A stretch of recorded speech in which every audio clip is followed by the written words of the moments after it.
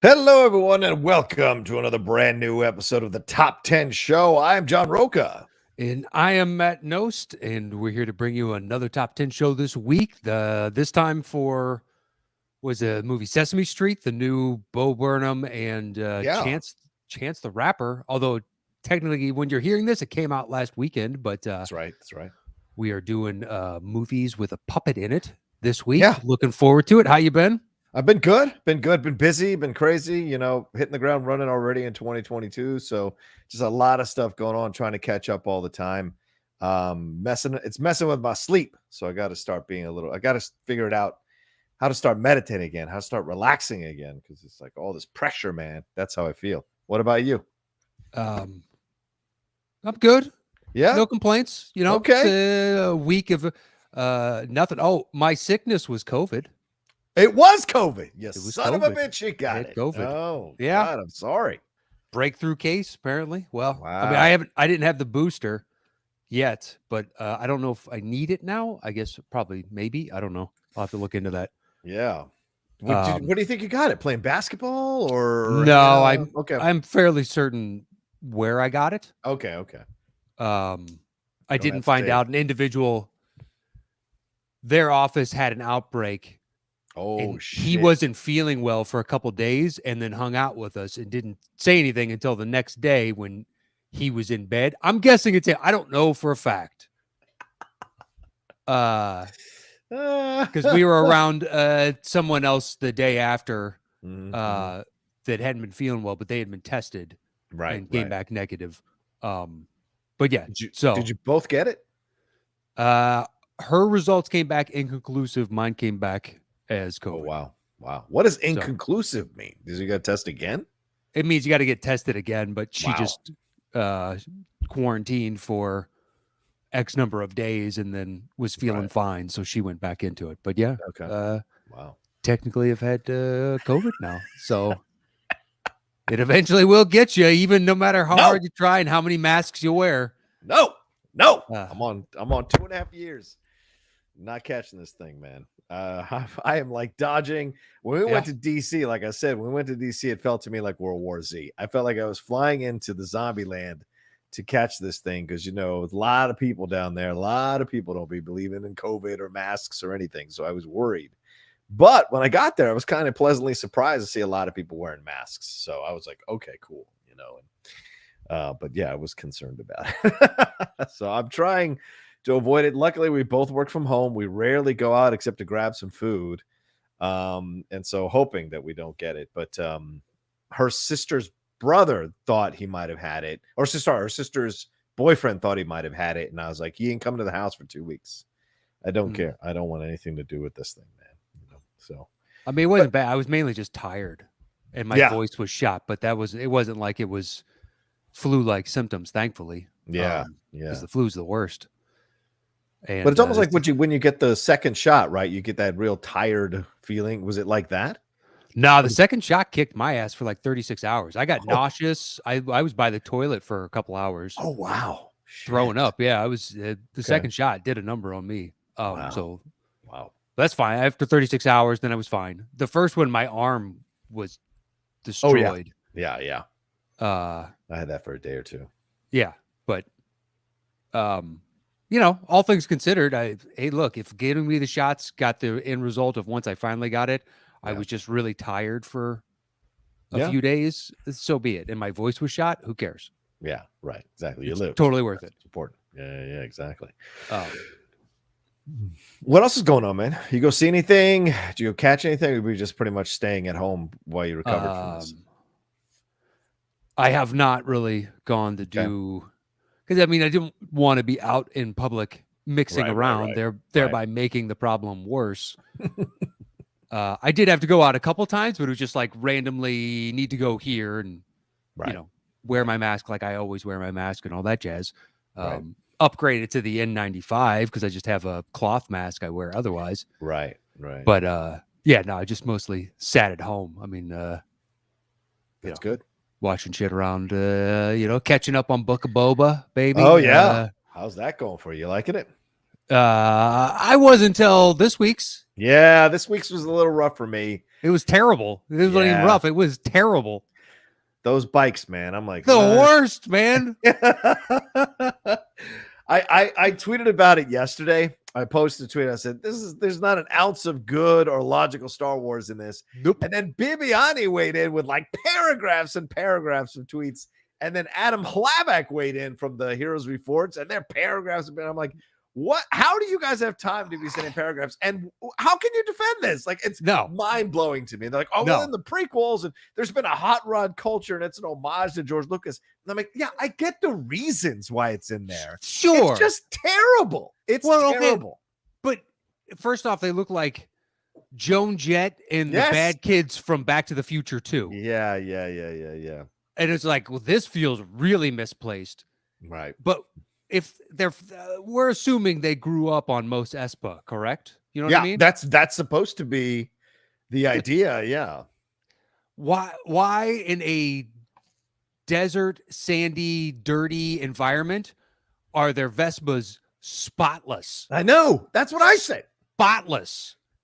And also, we don't have money for water, but we have money for all these stupid upgrades and fucking polish for the chrome on our Vespas, and maybe don't buy the pomade and buy some fucking water. This is literally what I tweeted. Yeah, literally what I tweeted. What is going on? Oh my god! And I got all these Star Wars fans started weighing in now supporting Bibbs, and they were like saying, "Well, you don't know how they spend their money, and you don't know if they've been saving their money. There's a hot rod culture." I'm like, "Oh, come on!" I have no sympathy if you live in a fucking desert and you decide to spend your money on not water. Okay, right? Water is the number one primary goal in a fucking desert and climate. Exactly. It's like, wait, what is going on? And then the droid explaining the political climate. Shouldn't this happen when you first met Boba? I feel like, 3 episodes in, we should have gotten that layout already. Yeah, when he ascends to the throne, it should have been like, well, here's the political outlay of the region and the factions that you're going to have to deal with, as opposed to, oh, you almost got killed? Oh, wow, I should probably explain to you. It's the situation. Yeah. I love how you said ascends to the throne. He shot the dude who was sitting there. I don't know if I call that an ascension. Yeah, I mean, he had to get up on top of the throne, didn't he? I guess so. He had to climb up some steps. It's a tall throne. But there are other aspects. I love the Rancor. Oh yeah, that was great. That was great. Danny Trejo, great. Stephen Root, I'm all for it. Sure. Oh yeah, sure, all for it.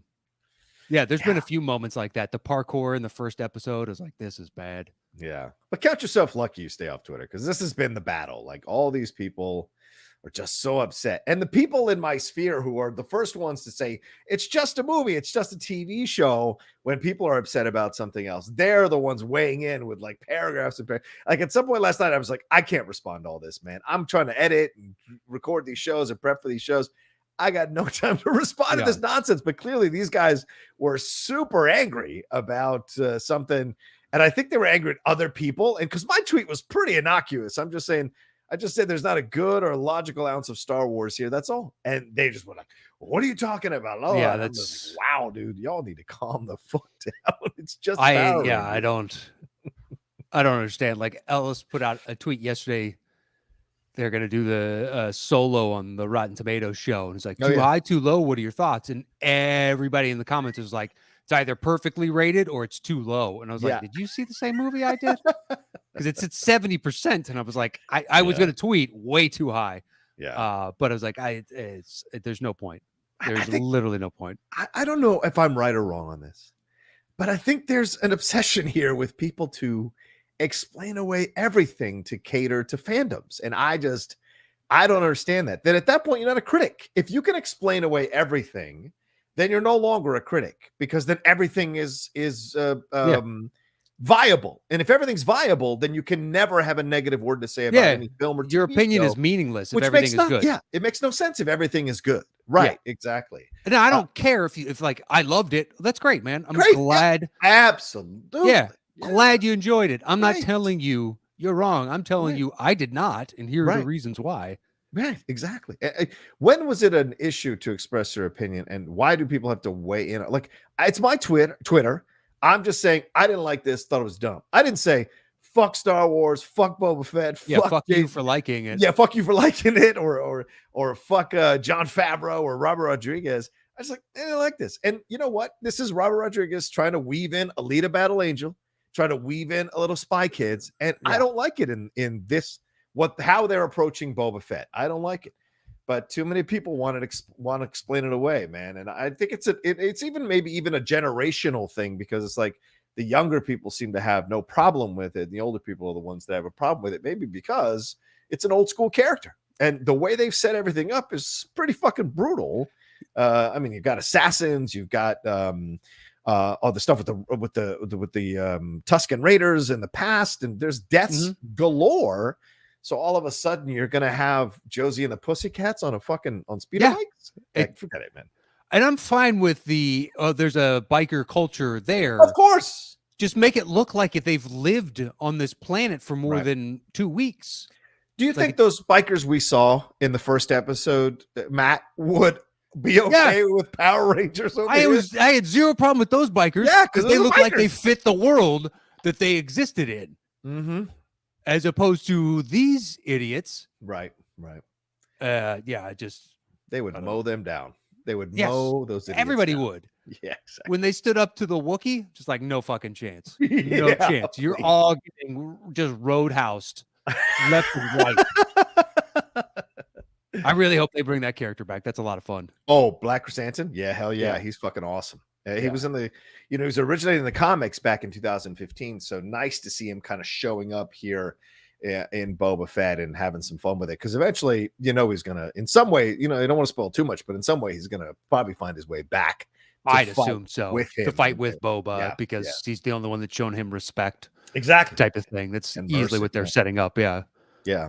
The only inference you can really draw in that moment. Yeah, and it looks like we're going to lose the Hutts for a while, which is fine. Maybe less is more on that one. I'm okay with that decision. Yeah. What about Fennec? I mean, I got a weird feeling about Fennec. See what you think. It struck me this time around, like, why wasn't she there to protect him when Chrysanthemum came through? Because she's fully dressed when we see her again, right? She's like fully dressed. He takes care of the Scooby-Doo gang. Then he tackles the Gamorrean guards, and then she shows up. And it almost seems like she allowed this to happen, maybe in an effort to prove to Boba, like, dude, you're being way too lax in running shit here. You need to be a little more cutthroat. I just wonder about that. Possibly, yeah. I wasn't trying to read too much into that, but it makes sense. That's a pretty good argument, because she is butting heads with them about how the whole time the Daimyo, or however it's pronounced. Daimyo is supposed to lead in this region. Yeah. Well, so maybe they exchanged a look once the Chrysanthemum went into the Rancor pit. They exchanged a look, and that look could go 25 different ways. So that's just one of the ways that I took it to mean, and I wonder if it's going to play itself out that way as this goes along. But yeah, I've enjoyed it. That last episode felt like one of those filler/bridge episodes, and it just was like, I hope down the road we look back on that episode as something that gave us some interesting things to play out with the mayor and the mayor, and now he's going to ride a Rancor at some point, which is probably going to be pretty fucking sweet. Yeah. And but I mean, I like that it's moved away from the episodic nature of Mandalorian, especially early Mandalorian. Yes, agreed. Because that to me was like, overall. Okay, let's a continuing through line would be more entertaining for me personally, but that's just me. Yeah, no, I don't disagree with you. So I do like that there's a through line to this. So it's fine if they have stumbles along the way. Nobody's perfect. Yeah. But yeah, so far it's like, this show's okay. It's not really popping off the page to me, but who cares? Disney has my money, so it doesn't really matter. I'm looking forward to you seeing Peacemaker, man. I think you're gonna fucking love it. That comes out tonight. It dropped last night. The first 3 episodes are out on HBO Max, and I'm telling you, Knost, as a kid of the you're gonna fucking love it. I'm just put it out there. I think you're gonna fucking love the sensibility of it. It's very much an R-rated show. Okay, and Cena is great, just great in the film. He's got good comedic timing. Yeah. There's some drama. Blockers. There's some drama with him. So yeah.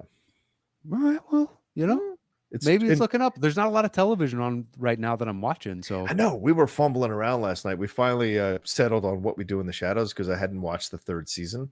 So we just started watching that last night. But yeah, same point. And we're halfway through Mayor of Kingstown, which I think is fucking good on Paramount Plus. She doesn't like it. I've watched 8 of them. She stopped at 7. I watched 8. I haven't watched the last 2. Did you like it? Are you liking it? Yeah, I think it's not bad. Yeah. And that first episode, I was like, oh, okay. Yeah. And apparently it builds to a nice ending. Okay. Yeah. So that's what I'm going to go back for. Is I'm invested to some degree, and it's an interesting topic, a unique subject. I agree. I'm wondering because I'm not finished with it either. She's done. Like she stopped at episode 5. She said it was too violent for her. And so, but I'm going to keep going. So I want to finish it. But like, I hope, because you're right. The promise of the first episode, we haven't quite grasped that promise so far. But I do like him and Bunny, the head of the drug dealer. The drug dealer was sitting out on the porch the whole time. He's great. I love their chemistry together. Yeah, absolutely. That's good stuff, those guys. Renner's a fucking great actor, man. Some of the let's not go too far. Some of the other people, he's good. Like, what was the last time you saw him? Hawkeye, he's fucking good enough. To get the fuck out of here. Come on. You'd have to go back to Dahmer, since he's really had something meaty. Ooh, good point. When's the last time he did something meaty? No, it's been a long time. Damn, I haven't thought about that. Because Dahmer led to what? SWAT? Oh, God. Was he in SWAT? Yeah, he was in SWAT.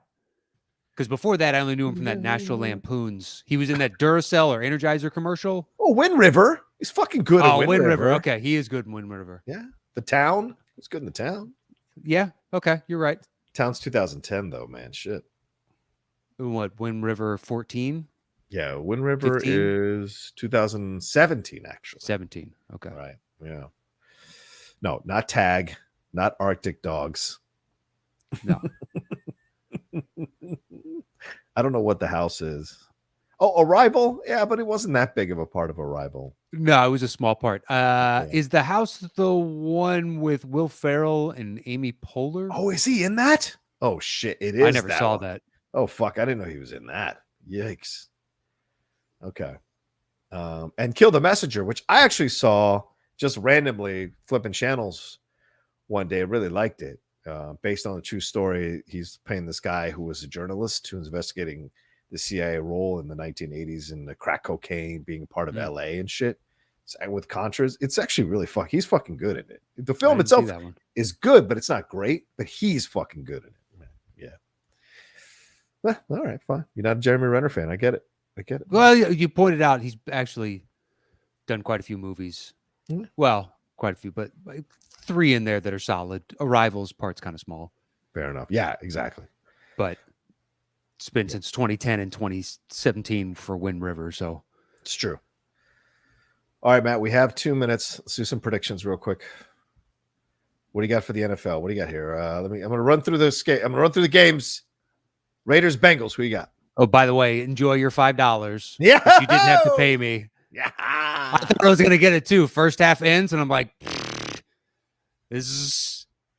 But ultimately, the better team won. I was nervous. I'm not going to lie. I was like, fuck. I don't want to owe him $5. Raiders, Bengals. Who you got? I think either team could win that, but I'd take the Bengals. Okay. Patriots, Bills. Third meeting. It's in Buffalo, and Mac Jones has said that he doesn't like to play in the cold, so it's probably going to be freezing cold in Buffalo, so I'll take Buffalo. Yeah. Okay. Eagles, Buccaneers. The Bucs are so decimated right now. Yeah. This could be the surprise of the first round. I think the Eagles destroy them. I think so. I think their run game is going to tear them apart. I'm not sure what Eagles team we get. There's a chance because the Bucs defense is not good. Yeah. Or at least not as good as you assume they would be coming into the season. And then now their wide receiver core is, Godwin's gone. AB is obviously gone. Yeah. I'm sure Evans is going to be back this week, but at what percentage of health, who knows? and then Gronkowski's beat up like he's always beat up. Yeah, he's always one hit away from being out for the season. Yeah. So that team is, and they don't have much of a running game if they don't have a pass attack. True. So 49ers Cowboys. This is another one where I don't have the slightest clue who's going to win. Cowboys could show up and blow the doors off the joint. Yes. But the Niners are frisky. I would take the Cowboys, but the Niners are really frisky. I don't trust the Cowboys, man. I don't either. Yeah. The 49ers came storming back against the Rams, man. So I feel like that's the better choice right now in terms of momentum. Just like with the Raiders Bengals, I'm going to take Raiders over the Bengals just for momentum's sake. Steelers Chiefs. Is there any way this is not a Chiefs blowout? Like 45-10? No. Have you seen Ben throw? I text McCoog after that 2 weeks ago, and I was like, "You sure you don't want another year of this?" Watching him throw 4 yards, and then underthrow a guy, and then overthrow a guy, and then 4 yards. Yeah. Oh, but at the same time, you got a couple chips. Yeah. So Simmons said it best. He goes, I feel like Ben was praying for the tie between the Raiders and the Chargers because he did not want to get in to the playoffs. He wanted to go out on a high with that victory against the Browns on his last game in Pittsburgh, go out on that high, but no, he's got to go and get destroyed by the Chiefs in Kansas City. And the last one, Cardinals Rams. This is going to be a fucking barnstormer. Yeah, should be a good game. Yeah. It's like nobody's believed in Arizona all season. Yeah. And the Rams are 12-5, but it's the weirdest 12-5. Yeah. It's a 12-5 that I don't believe in. So it's just like two teams. I have no idea which version you're going to get of any of this. If I had to choose, I guess I would go. I guess I'd go with the Rams. Yeah. But I'm not. Okay. It's like a 50.5 to 49.5 type of situation. Yeah, I don't disagree with you. Both the teams have been stumbling to the end. Yes, the Rams had won, like a bunch of games before they lost to the 49ers, but still they hadn't looked convincing in a lot of in any capacity. Yeah. And Stafford's starting to throw those interceptions, man. He's starting to get that itchy trigger finger of his. Mm-hmm. And what's his face? Kyler Murray has not looked the same since he came back from that injury, man. So yeah. I'm gonna go with Rams as well. I think the Rams have a shot because it's at home. Because that defense too. I think that defense is strong. It can be for sure. We shall see. Anyway, all right. So we're here to talk about the top 10 movies with a puppet in it. Does not mean it's all puppets. Just means a puppet is in the movie in some shape, form, or capacity. We're going to do that and count it down today. Matt, how does the show work? Once we set a topic, we go our individual ways and create personal top 10 list. Show back up here. I do my bottom 3. He does his bottom 3. I do my next 2. He does his next 2. Then we trade 1 apiece. Once we have revealed our personal top 10 list, we create the shows between the two of us. All right. Let's do this. What do you got? All right. At 10, I have the Happy Time Murders. What? I think that there's a good movie in there somewhere. And I liked it better than the critical consensus. I don't think it's a good movie. I don't think it's a terrible movie that everybody else did. Okay. And walking out of it, I actually felt hopeful, even though I know that this idea is now dead in the water. Yeah. But I still believe that there is an actually excellent movie in there somewhere. Really? Okay. Yeah. And I thought McCarthy was fantastic. And the world building that they did was pretty great. Yeah. Some of the jokes were too stupid for me. Yes. Oh my God. Yes. Too on the nose. Well, it's like the whole silly string where he's just spraying everywhere. It's like this went on for way too long. It really did. Just for way too long. I think it was funnier when the puppet was getting pushed against the glass, and then the people are in the waiting room and watching that. That was funny. Yeah. And then I think it's Maya Rudolph pulls out some cleaning supply because she's the secretary, and you see a little bit of the silly string.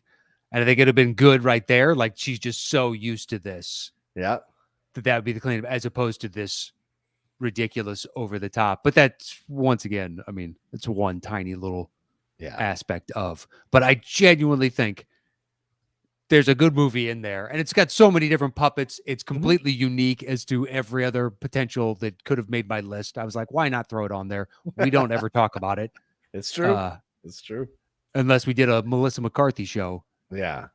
Except I don't think I can get to 10 for her. No, I don't think so either. Yeah. So, Happy Time Murders. If you've never seen it, it's not bad. I will say that it's not bad. There are other movies that are better movies that are good that I put on the list, but I also tried to limit to one per franchise. Thinking of one in particular about that. Technically two. Okay. So just why not change it up, mix it up, throw something else in there. Sounds good. All right. What's your number 9? My number 9 is The Beaver with Mel Gibson. Oh, yeah. I was so close to putting that on. Go ahead. Yeah, it was a tough cut at the end. So it's a movie about a guy that has kind of a mental breakdown. Yep. And to kind of regain his confidence and be able to face the world again, he finds this beaver puppet and he starts, like, it's a hand puppet. Yeah. And he starts walking around. It's Mel Gibson. Jodie Foster directed. Was it Anton Yelchin? Is his son? Yeah. Shit, I can't remember who else is in it. Who's the girl? Who's the daughter? I forget who the daughter is. Oh, it's Jennifer Lawrence. It's Jennifer Lawrence, really? Yeah, it's Jennifer Lawrence, but I can't remember who plays his wife. It's not Jodie who plays his wife? I thought Jodie played his wife. Does Jodie play his wife? Yeah, Okay. Jodie plays his wife. I just think of her as the director of it, I guess. Wow, yeah, Jennifer Lawrence. Damn, 2011. This must have been right when she was kind of starting out, huh? I'd assume it's like just post Bill Engvall show. Interesting. Yeah. So anyway, he starts walking around, he's, interacting with the world through this puppet because he just doesn't have the mental capacity to face where his life is. And, his family is in somewhat disarray and he's on the verge of getting a divorce and the family itself collapsing, and he runs a business and the business isn't going well. And this is his coping mechanism to deal with his world crumbling around him. And it's just a really interesting story and plot device. Yeah. I agree with you completely. So it's like, why not? I think it's only come up like a couple times ever. Yeah. So there's a puppet in it. It's a hand puppet, but it's a puppet nonetheless. So, and it's a really good performance by Gibson. And, it's right after, and listen, to anybody who's listened to us, who obviously has an issue with things that he said, totally respect that. This film came out, him and Jodie Foster are really good friends.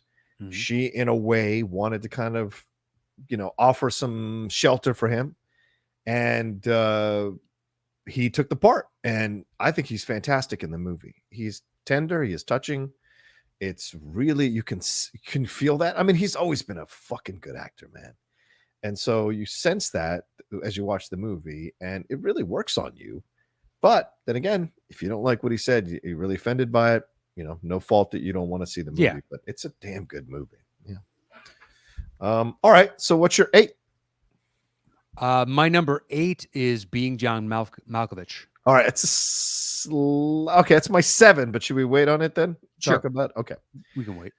All right, I got my list is weird, but it's my list. So some of you might get upset about it. This is my list. Top 10, number 10 for me is Child's Play. Go for it. All right. It's not a film I go back to and watch a lot. And I know it's iconic with Chucky and all of that. And it spawned, 500 sequels. And I totally respect that. Please. I know there are people listening to us who love this film and are going crazy, but I put it at number 10. But that's how I feel about it. It's not one I go back to and watch all the time. It's not the greatest of horror films. It's a fun horror film, but it's not the greatest of horror films. And so when I watch it, I certainly do enjoy it, but I don't go crazy for it.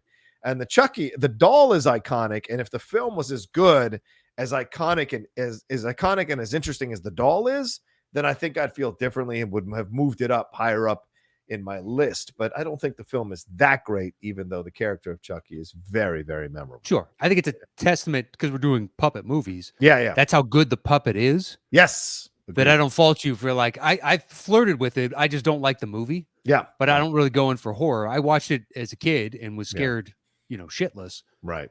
But the doll is just so incredible. Yeah. Like, well, yeah, it deserves to have at least consideration to make this list. Absolutely. Absolutely. All right. So then my number 9 is Muppet Treasure Island. Okay, go for it. Yeah, I like Muppet Treasure Island. I know Christmas Carol is the one that a lot of people go back to or take Manhattan or whatever. But like for me, I like Treasure Island. I like the story. I've always been a fan of the Robert Louis Stevenson story since I was a kid. And so seeing it through the Muppets point of view was a lot of fun. And seeing all the different ways that they played with the story and kind of giving you a whole new perspective or a whole new look at it, adding some humor to it that wasn't there before. I thought it all really worked. Did you do you like this one? It was of all the this was part of the I'm going to limit one. Yeah. Oh, I see. From this series. Gotcha. The other one in contention was Treasure Island. Yeah. I mean, I was thinking, I was thinking maybe Christmas Carol. So it was kind of between the two. But yeah. I will probably see Christmas Carol more just because it's a Christmas movie. Right. There's a greater chance it's going to come up. Right. But if I had my druthers between the two, I think I would choose to watch Treasure Island. Yeah. There's a real fun to it, right? There's a lot of fun to the movie. And seeing them in that garb, seeing them in the kind of pirate garb or ship garb and all that they're going through, it just all really works, And so I just enjoy the hell out of this one. Plus it's tough to find a good pirate movie. Yeah. It really is. There's not a lot of them out there. And then after Gina Davis killed the genre. Oh, with Cutthroat Island? Woof. Well, don't just blame her. Blame. Yeah, I know. It was the first thing. She's the top of the line. The director, yeah. Actor on it. Her career hasn't. She's fine. Mm-hmm. She almost made the Olympics, for Christ's sakes. She's fine. Yeah, Rennie Harlan. That's the director. I was losing it in my head. Yeah. I wouldn't have been able to pull that for that. It's what, Matt Modine? Yeah, Matt Modine. Couldn't tell you. I can't remember who else was in it. No. It's been a long time since I've seen it. I actually asked him about it. I got a chance to interview him for some small film one time, and I asked him about it. And he was like, we didn't know it was bad when we were making it. We really were having a great time. And I'm like, yeah, you just never know. I showed up to do top 10 after you interviewed him. Oh, that's right. It was a Collider, and I was just walking past, and you two were talking. Yeah. And I stopped for like a half a second, and we made eye contact. And I didn't want to say anything. I was getting ready to move on, and you were nice enough to go, "Oh, this is my friend Matt," and he was like, "Oh, nice to meet you. Pleasure to meet you." And then I just moved on for a half beat there. Yeah. But I know somebody who's kind of friends with him. Oh, okay. Not like really, really friends, but they're whatever. Right. And just nice as can be. Great dude. Huh? Yeah. I was really surprised by that. Really cool guy, and really open to talk about everything. It was such a blast. Who are the other actors in Treasure Island? Billy Connolly is in there. Billy Connolly, that's right. Tim Curry, it's hard to forget. Of course. But Billy Connolly. Yeah. Jennifer Saunders is in there as well. A really young Jennifer Saunders in that movie. But that's pretty much it in terms of known people that you see in the movie. So yeah, unlike now, it gets made and there's nonstop names in it, which is fine. They need to sell a product. Yeah. I don't know the kid. The kid's name is Kevin Bishop, who plays young Jim. No clue. But I don't know who that is. Right. Yeah. Still working. So shout out to you, man. Still working. Yeah.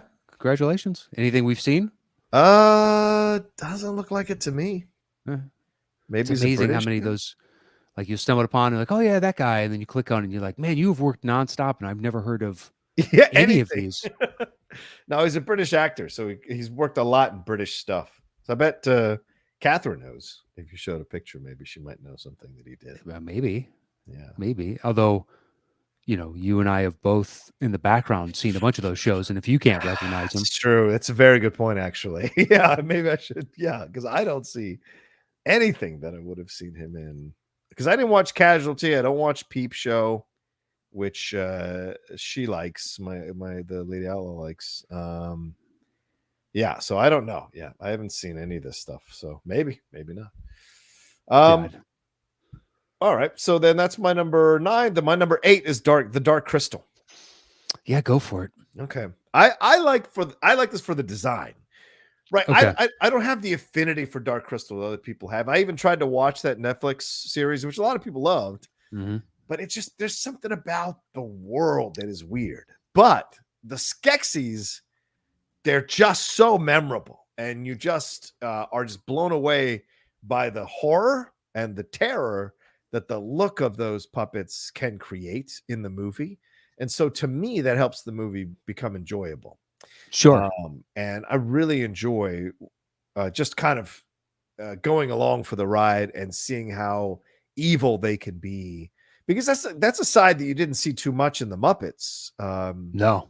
So to see that kind of see something like that, have that gear at the young age that I saw that, because I remember forcing my dad to take me to go see this thing.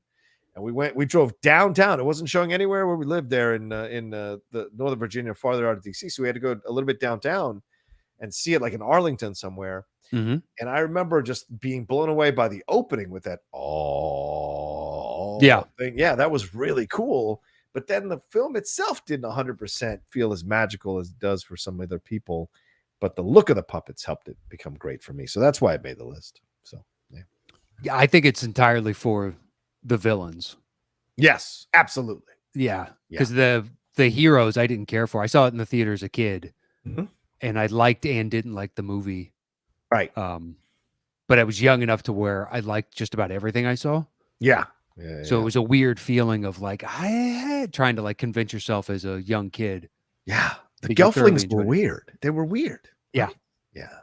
When that was coming out and people were all jazzed for the TV show. Yeah. And I was like, oh, maybe this could be really interesting. And then they killed it after one season. They did. Yeah. But yeah, I didn't watch it. I have no real affinity to the movie itself, so I wasn't drawn in to watch. And now, had people said the show's excellent, then I would have given it, chance. But just as a nostalgia to draw me back into, that doesn't exist for me. Right. Fair point. Okay. So what's your 7? My number 7 is Team America. Ooh, that's a punt. Please. Okay. That is a punt. What's your 6? We got some bangers on this list, man. We got some bangers. What's your 6? We do. 6, this is where it's like, this is how good this list is. Yeah. 6 is The Thing. Oh, no, you put it on there because of the head stuff. Well, you got the head, you got the dog thing, which is totally, man. Winston designed puppet, and it was all manipulated off screen. And Stan Winston, they've got the guys working the puppets all over the place. I thought about this or Big Trouble. But Big Trouble to me, like that floating eye thing, that wasn't in the scene with everybody else. You know what I mean? So I was like, I'd rather interacting with the actors on the screen itself and seeing them react to this monstrosity, so to speak, as opposed to that green orb eyeball thing in front of a green screen and then composited onto the movie itself. Right. But yeah, that's how good this list is. The Thing, which we're both huge fans of, it's like doesn't even crack my top 5. Yeah, fair enough. Didn't even make my list. Wow. Yeah. Well, you had to leave room for Chucky, apparently. I was like, but no, I get it. I mean, it qualifies. So, and it's a fantastic puppet, for God's sakes. That thing with the spider legs and shit, that is some scary it's terrifying. Well, it's like one guy saved for that dog thing, which is Winston. Yeah. One other guy who was like 22 or 23 did everything else. Yeah. In the movie, and then called in Winston for that. But originally they were going to do Harryhausen stop motion. Oof. To put in. Yeah. And Carpenter, once he saw that, was like, well, the stop motion looks like shit compared to this. So we're just going to do all of this in there. Yeah. And I think they made the correct choice. I mean, does it look dated when you look at it now? Yeah. Some parts. Some parts. It's still scary as shit. It is. It's still, considering this is a practical effect, still really impressive. And if you think of it, it's 40 years ago at this point. It makes it all the more impressive. Agreed. So there it is. That's my 6. Good choice, man. All right, my 7 is the punt from earlier, being John Malkovich. Dude, this is such an interesting film that I haven't seen in a long time, and maybe it might be time to revisit it. Yeah, possibly. I feel the same way. Right now, now that I'm retired and I can watch films for fun again, I might be revisiting this one because it's been a long time, and to be able to kind of dive into the themes and the symbolism and the meanings and all of that that's going on throughout, I think would be fun again. But I mean, the fact that he's John Cusack is a puppeteer, and he's a frustrated puppeteer, and he's a sad puppeteer. And when he becomes John Malkovich, he turns Malkovich into a puppeteer. I mean, it's just brilliant stuff. So the puppet is there. The puppet is not necessarily the reason to see the movie, but the idea that there is a puppet and he's a puppeteer is the reason to see the movie. He's incredible. Of course, with Cameron Diaz and Catherine Keener as well. Yeah, and Malkovich himself. Yeah, and Malkovich. Have you begun drawing on your Schmodown pension yet? Because until you do, I don't think you're officially retired, and I don't know if anybody's buying this just yet. What are you talking about? I don't see the gold watch for the years of service for a retirement. So that son of a bitch wouldn't give me a gold watch, please. I love my brother, but he ain't got the money to give me a gold watch. I've been helping him try and find sponsors for the senior store, just so you know. Metamucil is on board. We have some others too. Pedialyte's coming out with a geriatric version. They're interested. I can only imagine. Yeah, Malcolm. I mean, it's a small part, but at the same time, it's also they turn Malkovich into a puppet. Yeah, kind of, because they're putting their bodies. By entering in, now he's doing whatever they want him to do, so he becomes a puppet of these people, and then they're all like the Catherine Keener. Malkovich really wants Keener. Yeah.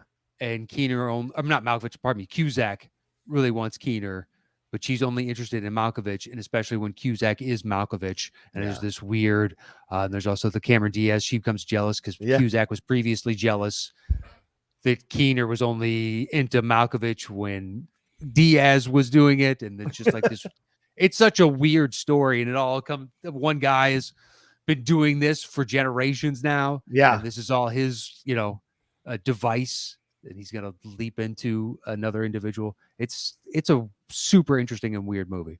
There was a run there for Spike Jonze and Kaufman, man. There was a fucking run, man, where those guys were really blowing our minds with their shit. We haven't had anything quite close to that. Was it like a 5-year run where they were really just creating some really interesting shit, and we haven't had anything like that since, man. But it was, that was an awesome film for sure. All right, so that was my number 7. Is that correct? I think that's correct. So then my number 6, like you said, is a bangers. And it's also my personal choice. People might get upset, but I put Gremlins at 6. All right, it's a slight punt. Okay. All right. Well, before we jump into our top 5s, Matt, we should take a quick break, hear from our sponsors, and then we'll be back right after this. All right. Thank you so much to those people. That's us voicing those sponsors. Thank you very much. We're into our top 5s here. Matt, top 5 movies or top 10 movies with puppets. We're into our number 5. Matt, please take it away. 5 is the punt, Gremlins. Oh, Jesus Christ. Well, we have to do the stop. We have to do the stop for the ad break. That's true. That's true. All right. Nothing I can do about that. My hands are tied here. Hey. Gremlins. I would even accept Gremlins 2. I'm a fan of Gremlins 2. Oh, yeah. The new batch. Absolutely. And shit, I'm a fan of the Key and Peele Gremlins 2 pitch meeting sketch that I think Hal Rudnick is in. Okay. Oh, yeah, Hal. That's right. Yeah. Yes. I know one of the other guys in it, too. I believe Hal's in that one, but the other guy that's in it that I know he's a writer. And I was like, definitely, that sketch is great if you've never seen that. Okay. I'll watch that. I got to put that on my list. Well, who is it? Peele walks in and he's basically like a studio fixer. Yeah. And just has all the writers pitch him whatever ideas. And they just start combining adjective and noun. And that's what makes it in the movie. But he's like, I like what you're saying. That's in the movie. And then Key is like, wait a second, wait. He's trying to be the voice of reason and all that. Yeah. You can't just do this. We can do this. This is Gremlins 2, baby. It's just a fun, stupid idea. I love it. That's awesome. Yeah. Thanks to YouTube. I didn't watch the show when it was on air. Oh, yeah. But YouTube, I can go back and see. There's a great one with Ray Parker Jr. and all the theme songs that he didn't sell. And he's like, these only been heard by the highest echelons of Hollywood. But now I put them onto an album just for you. And the implication is they all thought they were terrible. But it's got one, fucking, I think the first one is Jumanji. Oh my God. But it's just this same, I Ain't Afraid No Ghost, Ghostbusters type of really over, just blatantly obvious point structures. But he does a Passion of the Christ one in the same kind of like Ray Parker. There's a whole list. He just keeps streaming and then he's singing every like 10th one. Key and Peele. Okay. Yeah. I gotta put this on my list. There's so many of them where once the YouTube algorithm is like, oh, you like that one?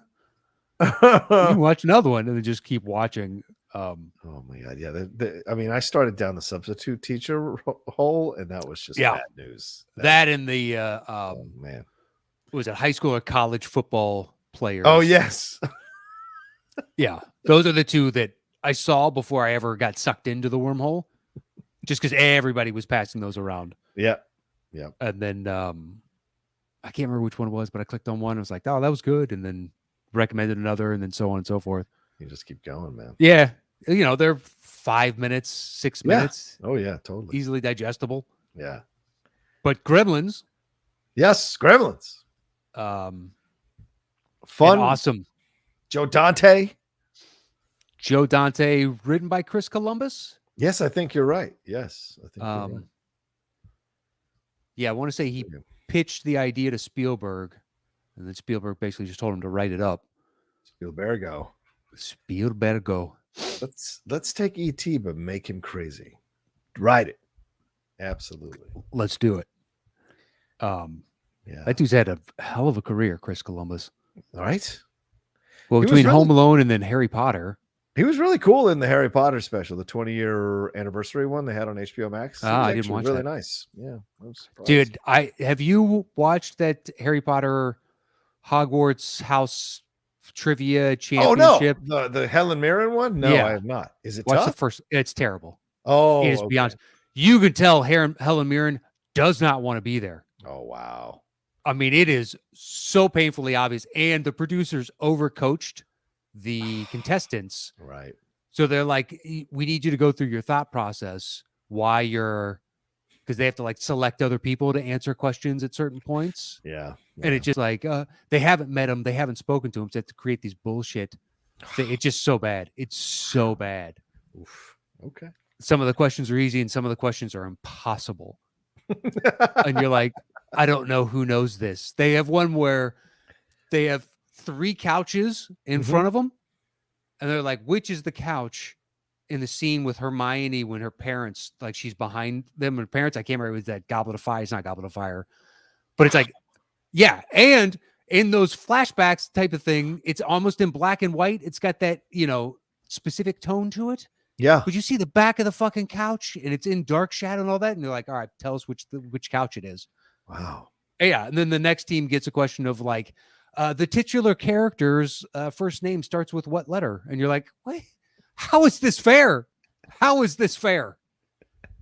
But yeah, I mean, Helen Mirren does not want to be there. Wow. Now I kind of want to watch it. Jesus. No, it'd be one thing. Yeah, I would tell you if it was enjoyable. Right. That she's like pitching a fit. She could just give 2 shits and it's just not fun to watch. Yeah. It's the worst kind of not fun to watch. Yeah. Yeah. Yeah. If she was frustrated by it, then it's entertaining. Like, oh, right. Wow, why did you sign up for this? Well, did something else set you off? Or just once you got to set the premise of it, did you think you were doing the 20-year anniversary thing? And instead you got bamboozled into the trivia game? How big was the check?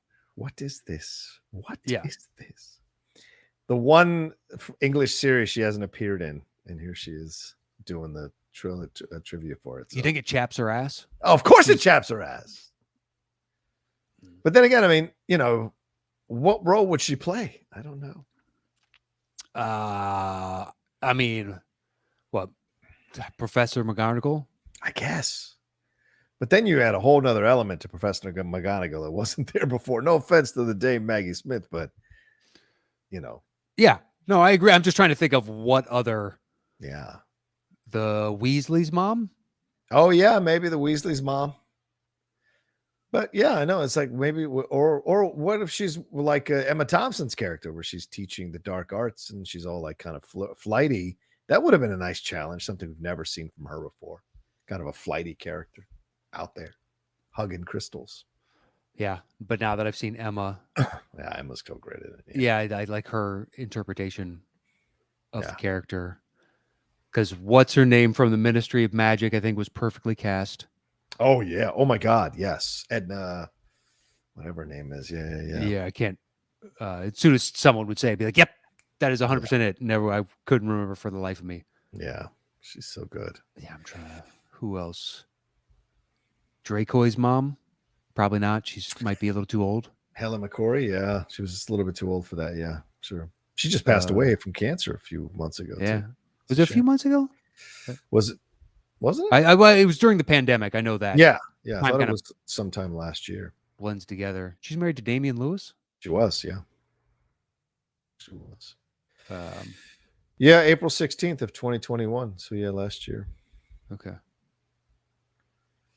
Yeah, it all bleeds together at this point. It does, bro.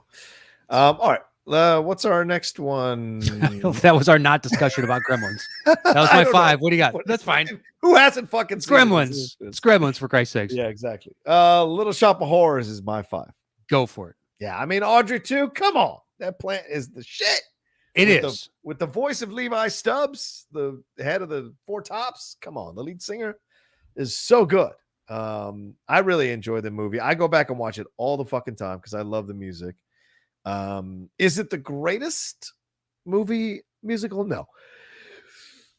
But I like the music and I like what Levi, and I like the design of it, and especially as it gets bigger. I mean, those lips are like, oh my God, and the size of this thing, and then when it starts to kind of talk, feed me blood, all of that just works so well. And then seeing the ferocity of the plant when it's doing Mean Green Mother from Outer Space, which is fucking fantastic, is so good. So I just love the look of it, and the movie itself is fun to watch. So that's why it's 5. I go back to it a million times. It's another where it merited consideration because that puppet is so incredible. It really is. Yeah. I don't really watch musicals, so they're not really my cup of tea. So right, understood. It didn't really have a shot at making my list, but the puppet is so good. I wrote it down in my potentials. Yeah. So I'm happy it made your list because I think it's more than deserving of being on this list. Agreed. And because you've got it at 5, there's a good chance it makes the overall, and I think that's a worthy, movie to make the list. It's close. All right, what's your 4? My 4 is Labyrinth. Yeah, I've never seen it, so I can't put it on my list. So go ahead. It's excellent, but I don't know at this point if you would enjoy it because you might need. Well, I showed it to Catherine, and I figured it might be right in her wheelhouse. Yeah, with the Jennifer Connelly and David Bowie, and it's got a bunch of songs in it, and it's not a period piece, but I guess it's kind of a period. You know what I mean? They're all medieval garbish type of, and she couldn't stand it. Yeah. Whereas I think it's fantastic. I love all the songs. I will sing them occasionally in my head, like as I'm doing things. I think it's a ton of fun. And I think there is a good chance you would enjoy it. I don't think you would love it as much as others that grew up with it because you don't have that nostalgia and fondness from, the time capsule memories of when you were a kid watching it. Yeah. But there's still a number of inventive things. The character designs are all unique and really jump off the screen. and it's a unique story. You know, she longs for, I guess, a more exciting life. Yeah. And then she gets pulled into the life that she thinks she wants, and then realizes it's not all it's cracked up to be. Okay. And wants to just return back to what she previously had. So it's the kind of grass is not always greener situation. Yeah.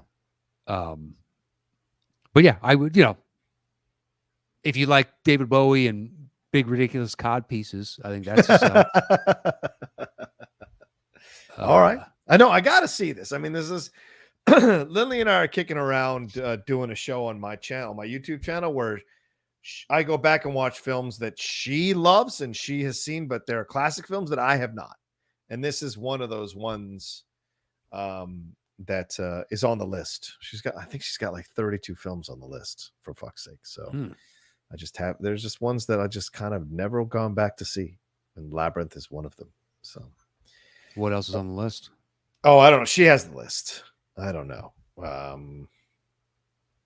Shit, I don't know. I really don't. She would have the list. Let me text her and see if she can send me that list.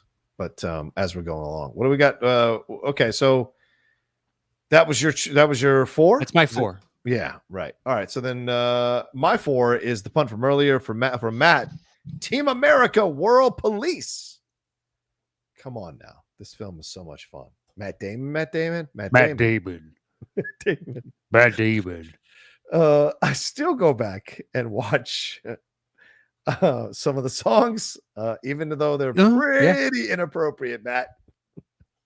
America, fuck yeah. It's a resounding critique of us. It's pretty fantastic. It is so brilliant. Yeah, it's tough for it to compete against The Thing and Gremlins and Labyrinth thus far, and via the rest of my list. Just like it's an excellent movie. Yeah. I don't go back and watch Gremlins a lot, but I will go back and watch snippets of Team America World Police, and and some of the songs, and dude, those fuckers are. I mean, how insane is that, dude? Those guys, for whatever reason, Clooney found them, promoted them, or kind of gave them a PR push. They got South Park, and who knew these fuckers could write a Broadway musical? And like even before they got to Broadway, like the Book of Mormon, they had Team America World Police. They had in essence a musical in the South Park movie. It's incredible how talented these guys actually are, man. So when you see the way, like the work schedule that they go through to create each episode, it's amazing the amount of time and effort that they put into to churn these out. Because when you see them, they were just finished like the week before. Yes. Not even. Yeah. That's the turnaround time of their writing. Yeah. And they have great, like their insights into screenwriting are really fantastic, and it's simplistic that anybody can understand. Yeah. And just over and over and over again. But there's there's one good like behind the scenes documentary about basically it's like a day in the life, but it's them doing one episode, and you see it going through, just like, wow, and you do this every fucking week. Yeah. Jesus Christ. It's crazy to think about, dude. And it's still going. Yeah. I mean, they just got a super massive deal, so this is going for a while. I can't really fault them. I mean, they got beyond generational wealth. That's from true. This. That's true. But Team America, like I love the Matt Damon. The only reason he does that is because the finished puppet looked like he had been lobotomized. So they're like, I don't know, we just started doing that around, and then that's what his character became. It wasn't a critique on Matt Damon. It was more so your puppet just looked like that, so that's what we did. And they hated the experience so much, they said they'd never do anything with puppets ever again. I'm sure. Yeah. Must have been aggravating, especially because those guys, as you said, when they work on their animated series, there's a quick turnaround. With puppet shit, there is not a quick turnaround. It takes a lot of time and effort, man. So, okay. So then what's your what are we at? My number 3? Yeah. What's your 3? My 3 is Jurassic Park. Oh, all right. Go ahead, man. That's all you. Not a fan of Jurassic Park. I'm not saying I'm not a fan. I'm just saying. I'm just saying. That's all I'm saying. Go ahead. What are you just saying? I'm just saying it's not a film that I go back to and watch. Okay. Yeah, it's just not. And there are some fun scenes, certainly, but it's not one that I go, oh, Jurassic Park. Can I put that on? Of the Spielberg films, I mean, we've done our top 10 list. It's low. It's low down on my list. I don't remember that, but that's only because we've done so many of these. It's not. It's true. I'll check my diary though. On the the days we've done Spielberg, because we've done it more than once. Dear diary, John put Jurassic Park much too low. Our intrepid fans, I'm sure, would tell us what our lists were for the 2 times we did Spielberg. So, I mean, I've got my list somewhere. Yeah. Oh God, I don't know where my list is. Well, now they're all in Google Docs for me. Oh. Well, no, there's just fancy pants. Okay. It's not even fancy. It's just way easier, and they don't charge me like Microsoft Word does. For use of. So it's like, oh, it's free and it's a word processor. I can use this. That's fine, easy. Microsoft Word. Where do you get off? The balls on you. It's ridiculous. Oh, that's hilarious. Dread. So the pub, because you watch it and you're like, oh my God, the CGI is amazing. Mm-hmm. And then when you watch it in the future, hey, a lot of those T-Rex shots, that's just a big, massive puppet. Yeah. And the apatosaur or brontosaurus or whatever it is that sneezes in their faces, that's a huge puppet. And there's even like person manipulated raptor puppets. Yeah. For some of the close-up shots. So the mix of the practical with the CGI's done so beautifully, but the T-Rex puppets just blew me away, because you see like the tall standing when it's running after the Jeep as it's trying to escape.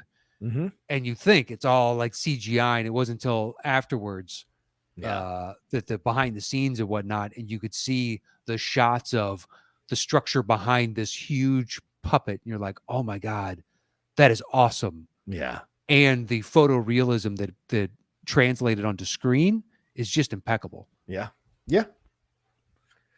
So it made my list, and that's because I'm a fucking patriot, man. You know what I mean? Spielberg is as American as apple pie, and I salute him. How the fuck? I think that's the truth. I don't think so. We can all agree on that. I don't think so, but all right. I'm pretty sure so. I've never thought of apple pie with Steven Spielberg, but all right. They're thinking about renaming the Mark Twain Award to the Steven Spielberg Award. Oh, God. That's how Americana he is. God help us all. Okay, here's the list. Are you ready? Here's the list of films that she wants me to watch that I've never seen. Beautiful Girls, Hancock. Hey. These are films that she likes, that she wants me to see. Okay.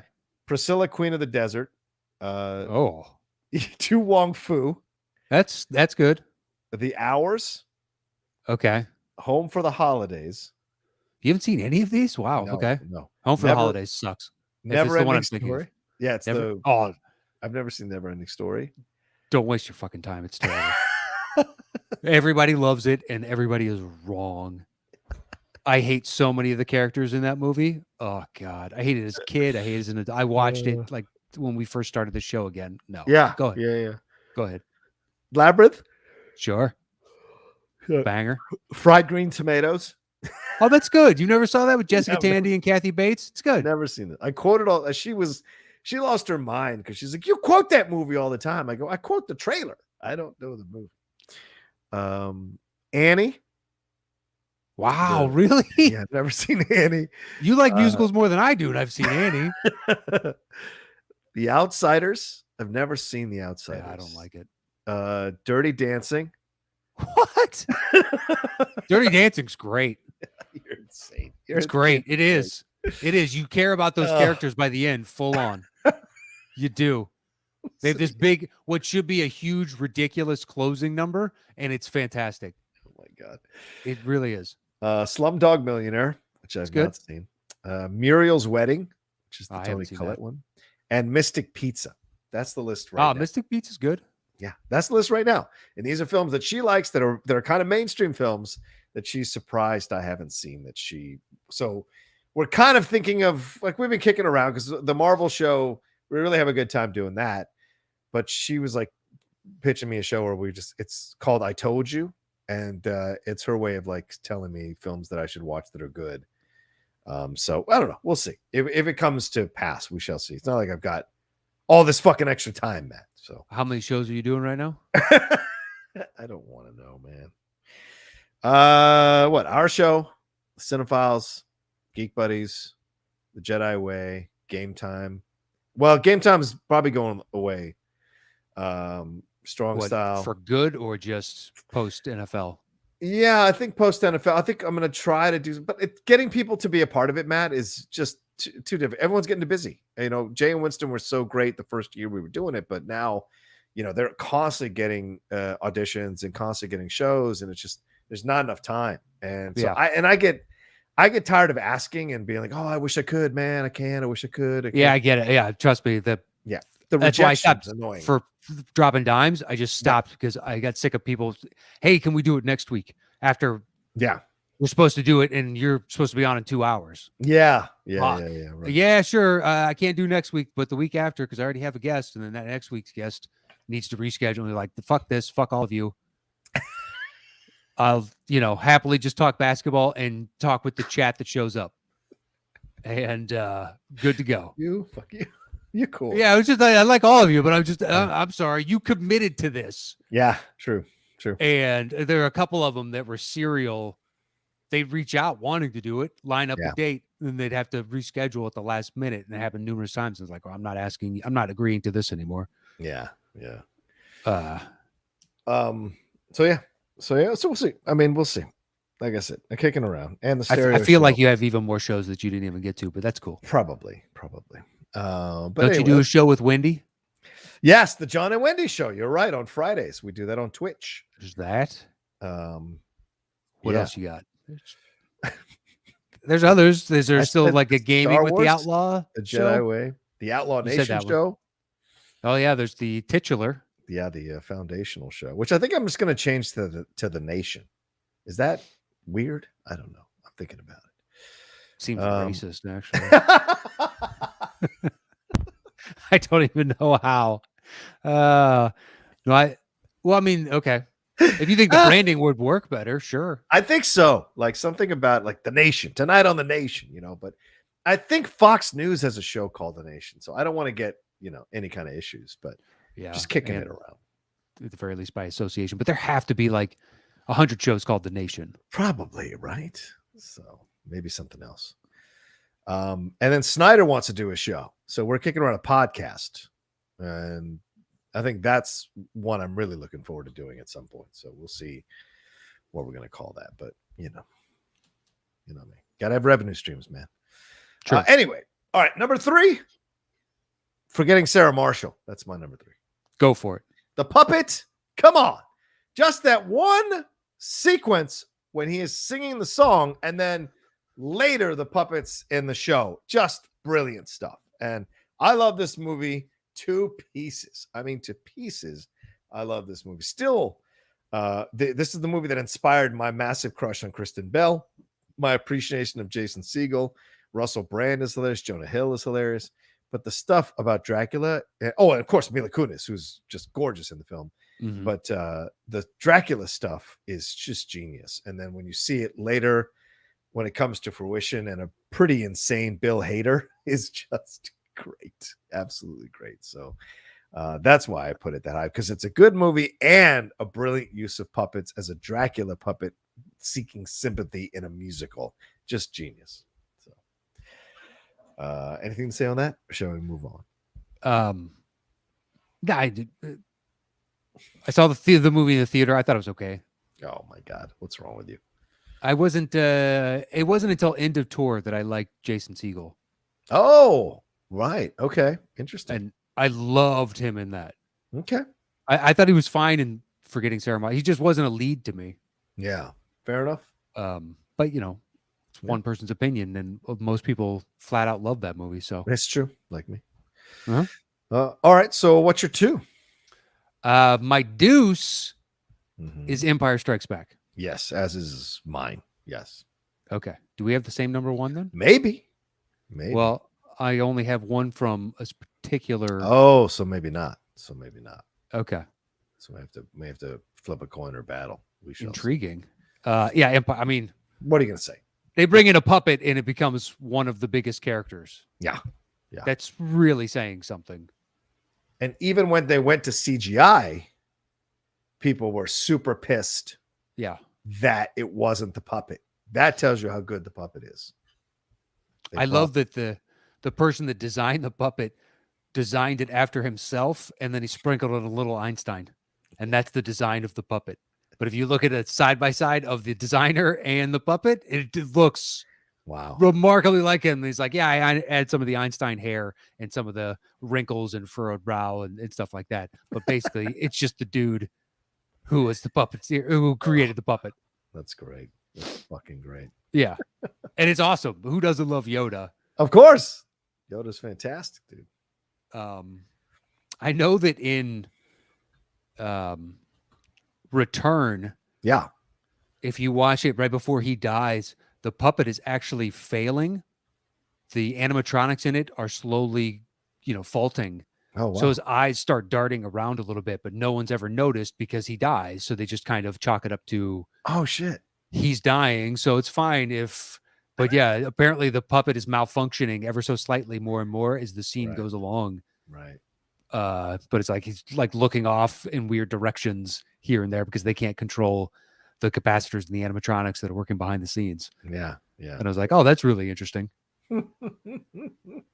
But anyway, Empire, it's it's Yoda. Yeah. What are we gonna say? It's Yoda. We've talked about it a million times. All right, what's your number one? My one is the Muppet movie. That's my one. Well, you had Treasure Island. Yeah, I know, but you said I only had one, and I was like, oh, I didn't do that. So okay. Yeah, no. I figured, the vast majority of these movies would not exist if there was no Muppet movie. Thank you. That's I love the Muppet movie. A great and it's excellent. Yeah, absolutely. I mean, I can make a case that Empire should be number one, or a bunch of others that were below it, but it's like, Frank Oz wouldn't have been on the set of Empire or asked to do this if there was no Muppet movie. Right. And who knows if Winston has the career if people aren't accustomed to seeing so many different puppets and whatnot in various movies. Yeah. So it all stems from, and it's a meta movie. A movie about a movie that's going to be made as they're watching. The beginning is the ending of that movie. Yeah. I don't know. It's a lot of fun. It's the Muppet movie. It's the perfect encapsulation of our list, of the title of our list. This is, as you said, Matt, the foundation from which a lot of these movies stem from is the way the Muppet movie succeeded, and the Muppet TV show as well. It left a really strong impression on a lot of people. But the Muppet weaving in, almost everybody in the film is famous at the time, and having them work with the puppets. I mean, all of it just works so well. And seeing the puppets become like human characters. You legitimately care for these puppets. They have emotions, they have feelings, they're acting and showing emotion with it. Was incredible. And you were like, wow, how am I feeling this for these puppets? It's just incredible to see. And I love it. And it spawned an entire industry in and of itself. It did. You're right. Which is still going. Yeah, after the resurgence with Amy Adams and Jason Segel introduces Muppets to an entirely other generation. Yeah. Was it Europe's Most Wanted, the sequel or whatever? So yeah. Is it Europe? I thought it was just Muppets Most Wanted. I thought it was called Muppets Most Wanted. My bad. I heard that one was good. Never saw it. Neither have I. Maybe I should put that on the list maybe she's. Well, is she a fan? Has she seen it? Is she a fan? I don't think she is. So it's just going to end with her going, I told you. That's the end of the theme song. Well, listen, that's not a bad show. That could be a lot of fun. Yeah, because our Marvel show is out of control, bro. 3 hours every Saturday afternoon, Matt. That's too much. So to watch it and then discuss it? No, we watch it separately. And then we discuss it on the show. Like we watch it together, rather, away from the show. Then we discuss it on the show. On stereo, we do that every Saturday at like 4 p.m. but people call in on stereo and leave their comments. So we play their comments. So I think I'm going to have to move that show to YouTube. So it's only like an hour, hour and a half, because like 3 hours is a lot. Yeah, that's stupid long. And especially with no one paying us. We're just having fun doing it. Yeah, but how do you engage a random viewer 3 hours a week every week? Yeah, exactly. A random viewer. Exactly. Because there is a core of people that show up every week. They love it. Sure. Right. But like, we've got to expand. Yeah, if you want to build it and grow it, asking people to jump in on 3 hours is it's a lot. I'm not saying it's not possible. Of course. But if you saw that or I saw that, I'd be like, pass. Yeah. Because I mean, unless you're the Godfather, I'm not giving you 3 hours. That's right. But I am thinking of like downloading all the files and then just putting it up as a podcast, so people can keep up with it, and we can start from the beginning with Iron Man and all of that, and just put it up there as a podcast, and see if I can get some higher numbers of downloads. We shall see.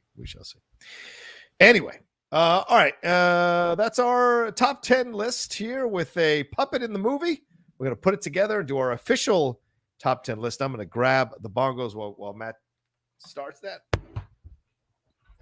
Well, our number 1 and 2 have worked themselves out. So we got the Muppet movie at 1, and then Empire Strikes Back at 2. That's easy.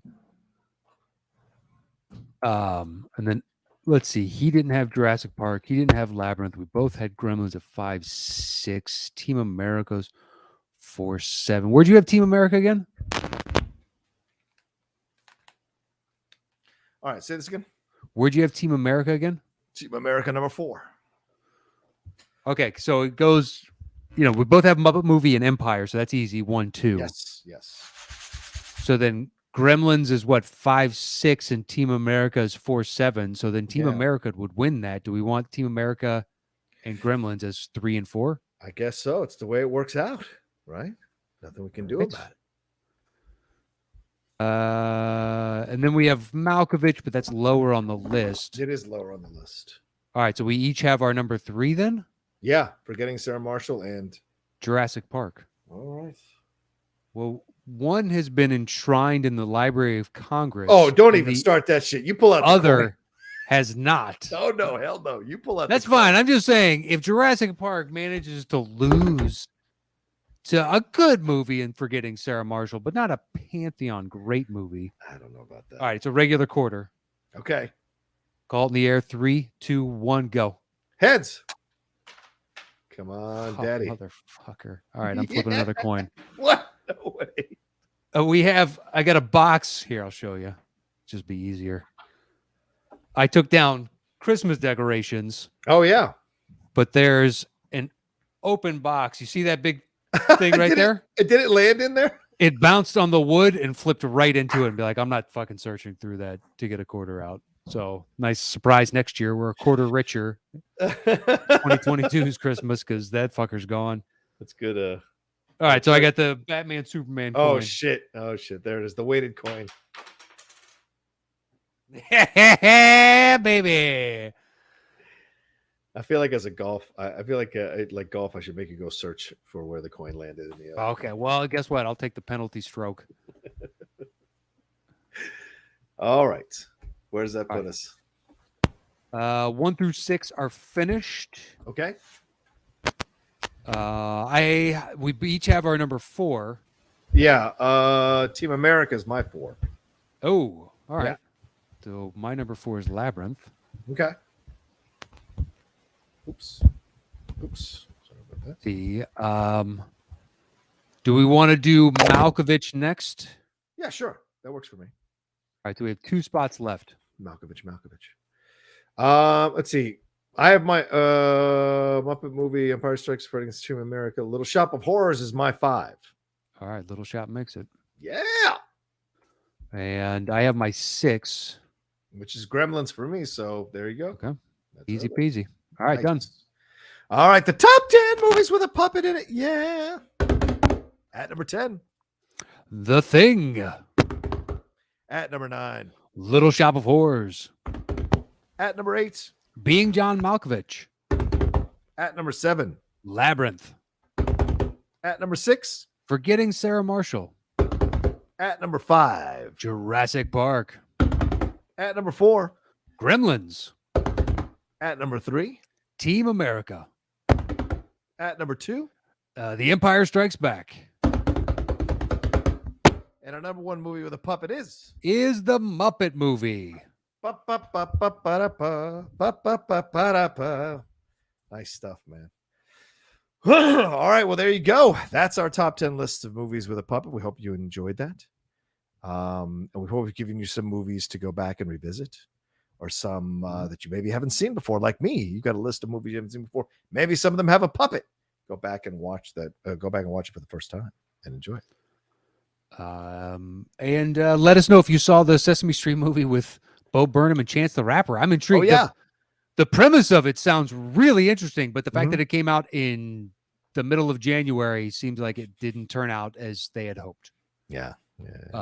So I would be interested to know if anybody has seen it and their thoughts, and you could let us know at Top 10 Show on Twitter, or me at Matt Knost, John at the Rocha Says. We'd love to hear it. Absolutely. And you can also follow the show on Instagram and YouTube at /the Top 10 Podcast with the number 10. So please hit us up on Twitter, Instagram, or YouTube. We'd love to have you on any of those. And if you're so inclined, check out my other show, Settle the Score, or if you want to talk a little hoops, Dropping Dimes. Yeah. And that is it. You're getting close to the midpoint of the season. You feel it right at the midpoint. You feel it coming. As for me, at the Rocha Says on TikTok as well. I'm hanging around out there, Matt, and on Twitch, the Outlaw Nation. And if you want to go to my YouTube channel, youtube.com/John Rocha Says, and see all the multiple shows that Matt and I were talking about earlier that I do there on the channel. I would appreciate it madly. And of course, my other podcasts, the Cinephiles and the Geek Buddies. All right, y'all be well. Take care of yourselves. We'll talk to you next time with another brand new show here from the Top 10. Take care until then. Peace. Adios.